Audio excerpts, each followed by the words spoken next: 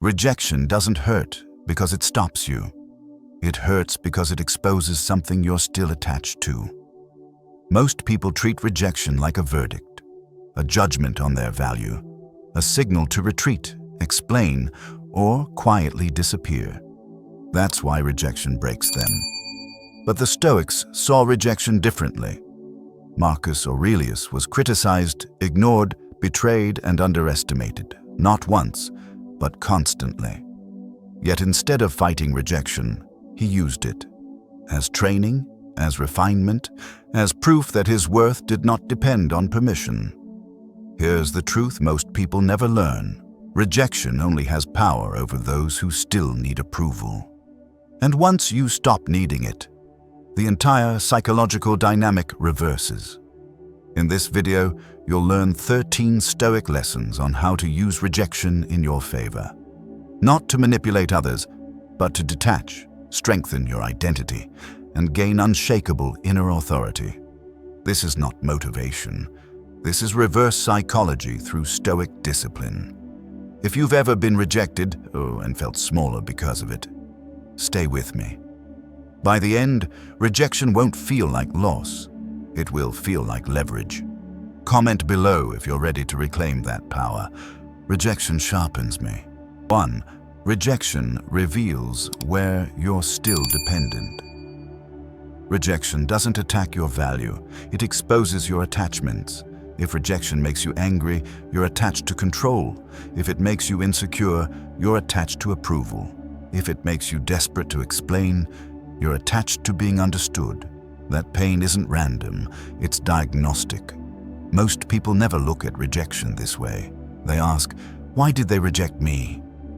A Stoic asks a better question. What did this rejection just reveal about me? Marcus Aurelius understood this deeply. He didn't waste energy resenting people who opposed him. Instead, he used resistance as a mirror, a way to locate where ego still interfered with reason. Rejection is that mirror. When someone says no, ignores you, or closes a door, the emotional spike that follows shows exactly where you're still dependent on something external. Respect, validation, belonging, permission. The Stoic move is not to fight the rejection, it's to study your reaction to it. Ask yourself, what part of my identity feels threatened right now? What expectation just collapsed? What approval was I silently relying on? This is where reverse psychology begins. Instead of chasing what rejected you, you pull your attention inward and remove the dependency. Every time you do this, rejection loses leverage. Because leverage only exists where attachment remains.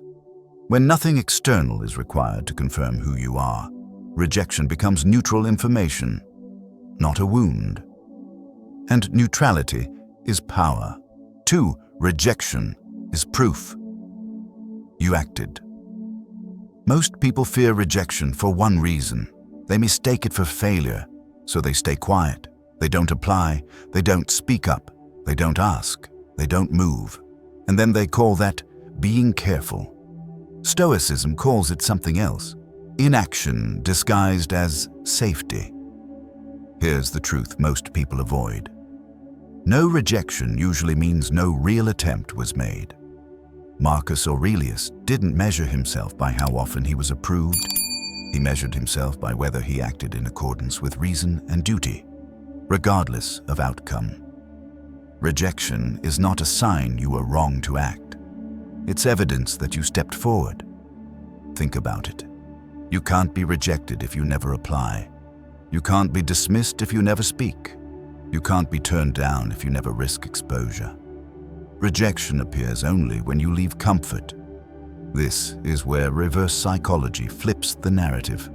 Instead of shrinking after rejection, you use it as confirmation that you're operating at the edge of your growth. The Stoic response is simple. No drama, no self-pity, no retreat. Just one quiet acknowledgement. I acted, and then you refine. Not your worth, your approach. Not your identity, your skill. Not your courage, your precision.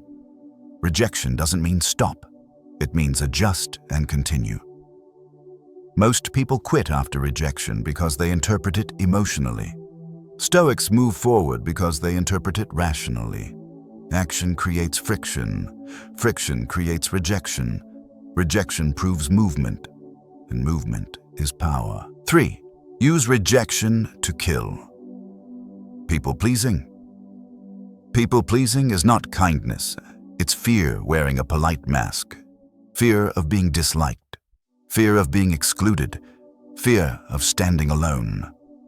That's why rejection hits people-pleasers harder than anyone else. Because rejection threatens the one thing they're quietly chasing: acceptance. The Stoics had no patience for this. Marcus Aurelius didn't live to be liked. He lived to act correctly. And when approval conflicted with virtue, approval was dismissed without negotiation. Here's the uncomfortable truth. If rejection destroys you, it's because you are bargaining with your identity. People-pleasers adjust themselves constantly. They soften opinions. They delay boundaries. They agree when they should decline. Rejection interrupts that performance, and that's exactly why it's useful. Every rejection forces a question you can no longer avoid. Who am I when I'm not being accepted? This is where reverse psychology begins to work on you, not on others. Instead of chasing approval after rejection, you let rejection burn away the parts of you that were never real. The Stoic response is deliberate. You stop over-explaining. You stop correcting perceptions. You stop negotiating your values for comfort. You let the rejection stand, because the moment you no longer need to be liked, your posture changes. Your voice steadies. Your boundaries solidify. And paradoxically, people feel it, not because you're manipulating them, but because grounded identity is naturally authoritative. Rejection doesn't take anything from you here. It gives you something back, yourself. 4.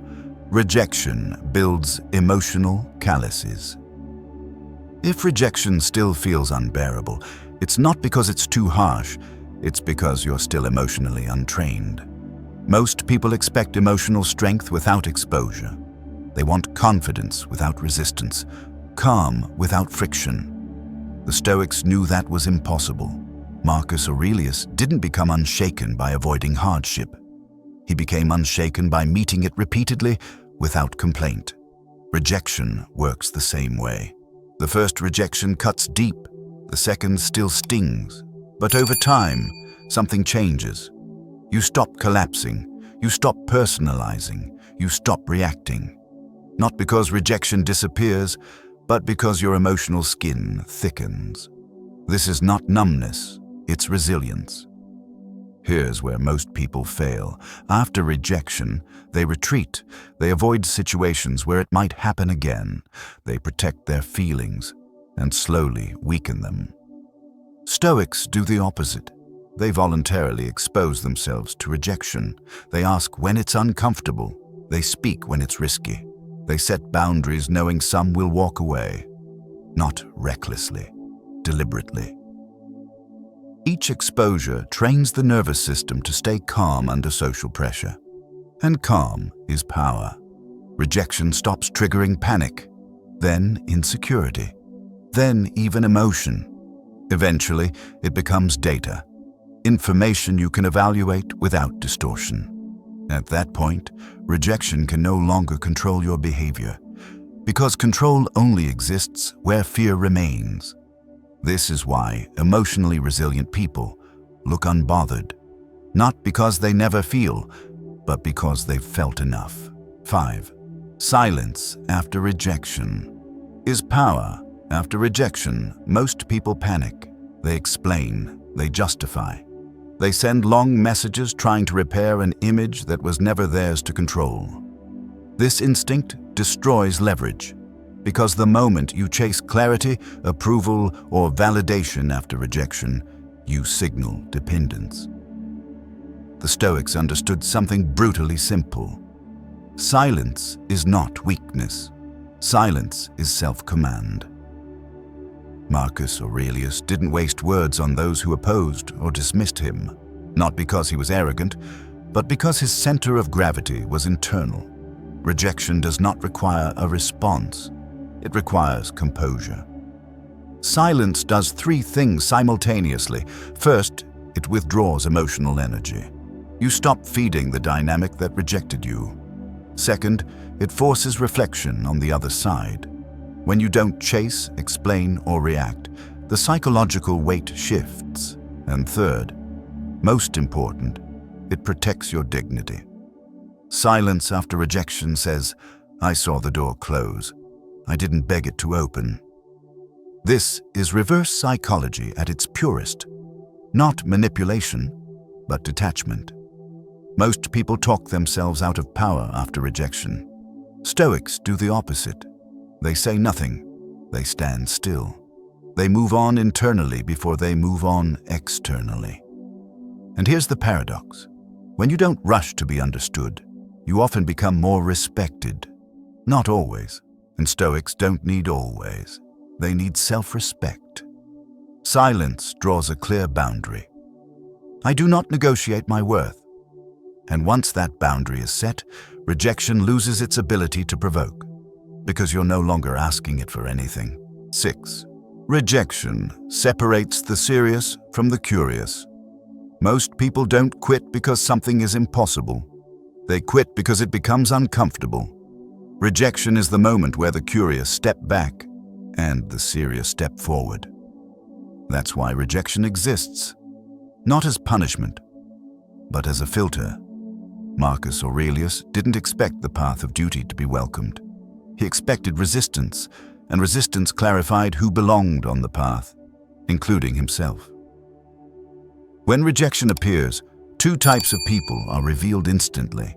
The first type takes it personally. They say, "Maybe this isn't for me." What they really mean is, "This costs more than I'm willing to pay." The second type asks a different question. What must I strengthen to continue? Stoicism is built for the second type. Rejection removes the illusion that desire is enough. It exposes whether commitment exists. Because anyone can want something, very few will endure being told no repeatedly without losing direction. This is where reverse psychology works internally. Instead of interpreting rejection as a signal to stop, you treat it as a checkpoint. If this rejection makes you quit, the goal was never strong enough. If it sharpens your focus, you've just been confirmed. Rejection clears the field. It removes noise. It leaves only those willing to carry weight without applause. That's why the Stoic doesn't rush past rejection. He stands in it and asks, "Am I still aligned with my values, even now?" If the answer is yes, nothing else matters. Rejection didn't block the path. It identified who truly walks it. 7. Rejection trains detachment from outcome. Most people don't suffer because they act. They suffer because they need a specific result to feel whole. Approval, success, acceptance, a yes. Rejection hurts when your sense of worth is tied to an outcome you don't control. The Stoics saw this as a fundamental error. Marcus Aurelius reminded himself daily, do the work, act with virtue, accept the result. Not because outcomes don't matter, but because they are never fully yours.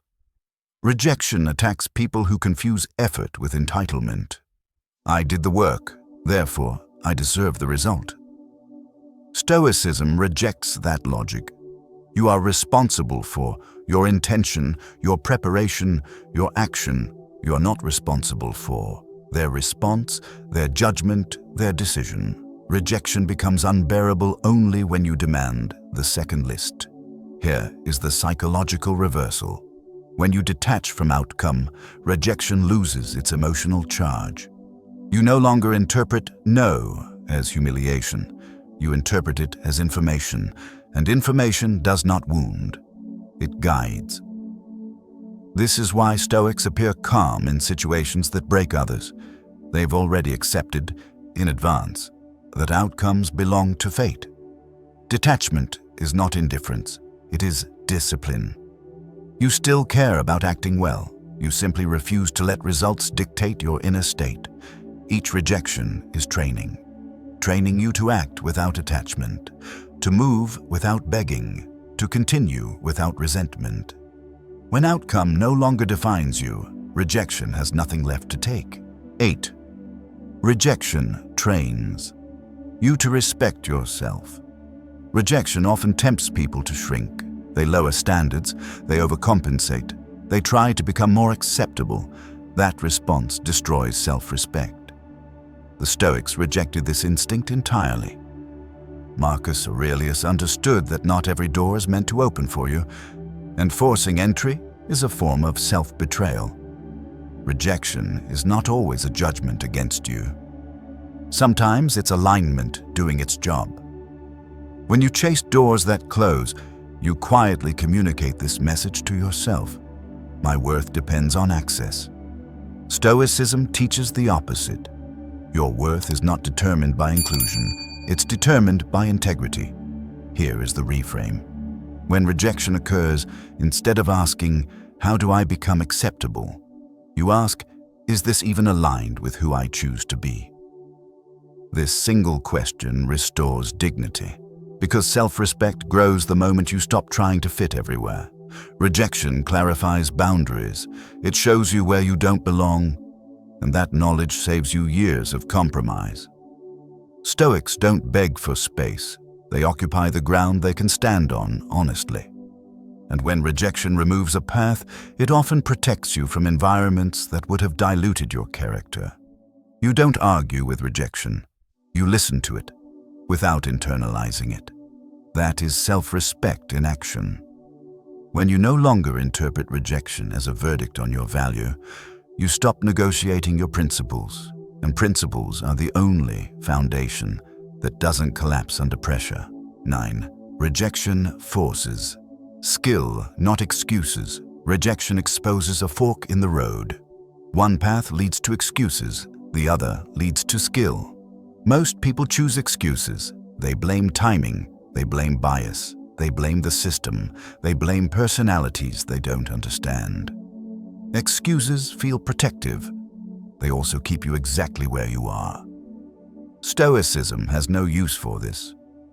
Marcus Aurelius didn't complain about the world he inherited. He focused on what he could sharpen within it. Rejection asks a simple, uncomfortable question. What part of this is within my control to improve? Not everything, but always something. Your preparation, your clarity, your consistency, your emotional control under pressure. Stoics don't argue with rejection. They extract instruction from it. Here's the discipline. After rejection, do not ask, "Why did they do this to me?" Ask, "What would make me undeniable next time?" This shifts the entire psychology. You stop seeing rejection as an insult. You see it as feedback, even when it's poorly delivered. And feedback, when used correctly, is leverage. Rejection punishes entitlement. It rewards refinement. Those who improve quietly pass people who complain loudly. Skill compounds, excuses stagnate, and the Stoic chooses the path that compounds, even when it bruises the ego. Because ego doesn't build mastery. Work does. 10. Rejection teaches you to walk alone. Most people fear rejection for one reason. They're afraid of being alone. Alone with their thoughts, alone without validation, alone without an audience confirming they matter. So when rejection isolates them, panic sets in. The Stoics trained for this deliberately. Marcus Aurelius spent long stretches misunderstood, criticized, and emotionally isolated, even while surrounded by people. He learned early that inner companionship matters more than external support. Rejection strips away false alliances. It reveals who was present only while things were easy, and who disappears the moment approval is no longer guaranteed. This is not loss. It's clarification. Walking alone is not a punishment. It's a phase of refinement. When rejection removes external noise, you hear yourself more clearly. Your values become louder. Your direction sharpens.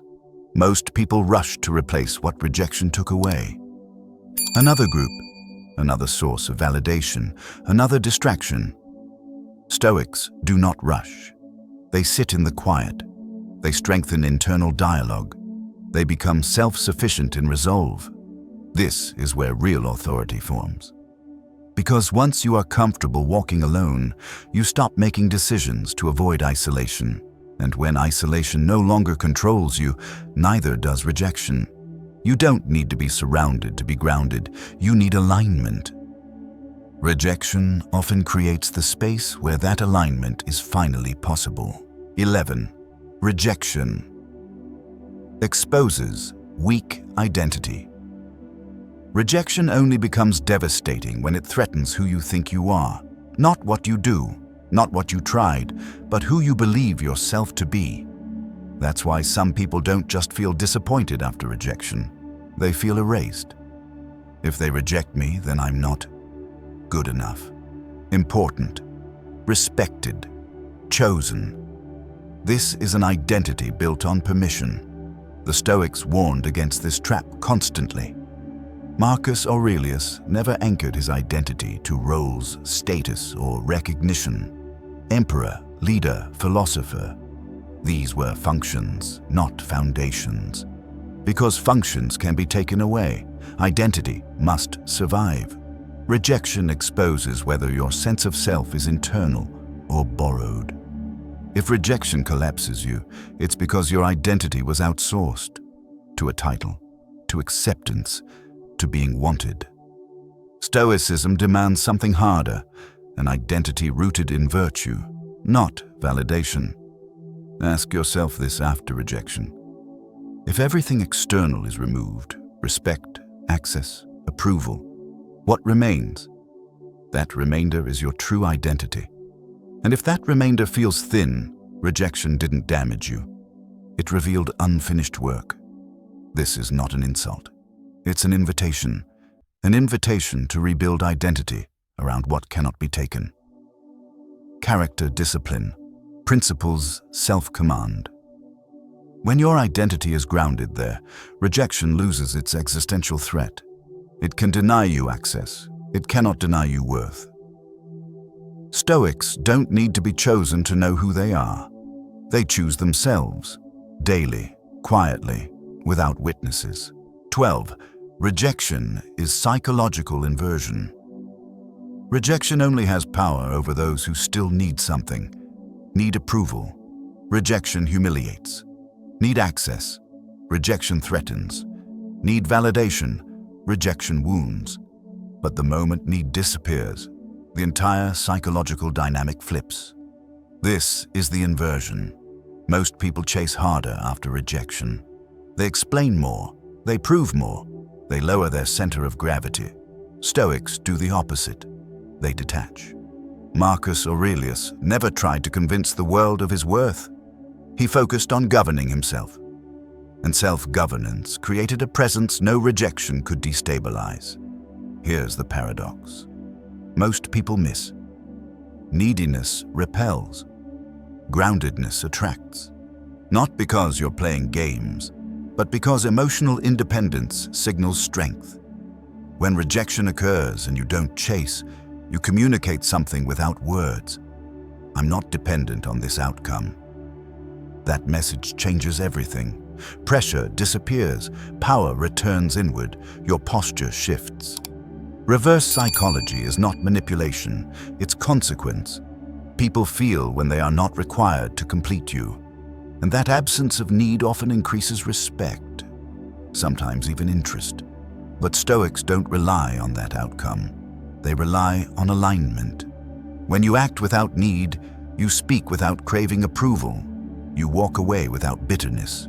You become psychologically unmovable. Rejection cannot threaten what you do not need. And once need is gone, rejection becomes irrelevant. Not because it disappears, but because it no longer controls your behavior. That is real power. 13. Rejection is the final teacher. Rejection is the one teacher no one volunteers for, but it teaches what comfort never will. It strips illusion. It removes excuses. It forces confrontation with reality and with yourself. Most people want lessons that feel good. Stoics accepted lessons that made them strong. Marcus Aurelius didn't ask life to be fair. He asked himself to be disciplined, regardless of how he was treated. Rejection was part of that training, because rejection doesn't ask for your opinion. It doesn't negotiate. It simply appears and asks one question: who are you without approval? By the time you reach this lesson, something should be clear. Rejection has exposed your attachments, forced action, killed people-pleasing, thickened your emotional skin, taught silence, filtered commitment, trained detachment, restored self-respect, sharpened skill, taught solitude, rebuilt identity, removed need. What remains is not fragile. What remains is centered. At this point, rejection no longer feels personal. It feels instructional. It doesn't stop you, it shapes you. And once you understand this, rejection loses its final weapon: fear. You stop asking life for permission. You stop waiting to be chosen. You act from principle, not reaction. That is the Stoic end state. Rejection was never the enemy. If rejection broke you before, it's because you were still asking it to confirm your worth. But now you know better. Rejection is not a verdict. It's a test of attachment, a test of identity, a test of inner authority. The Stoics didn't rise because they were accepted. They rose because they were self-governed. You don't need rejection to disappear. You need it to stop controlling you, and once it does, nothing external can make you smaller again. If one of these lessons struck something real in you, comment below which one changed your perspective. Like the video. Subscribe if you value discipline over comfort, and remember this moving forward. Rejection sharpens me.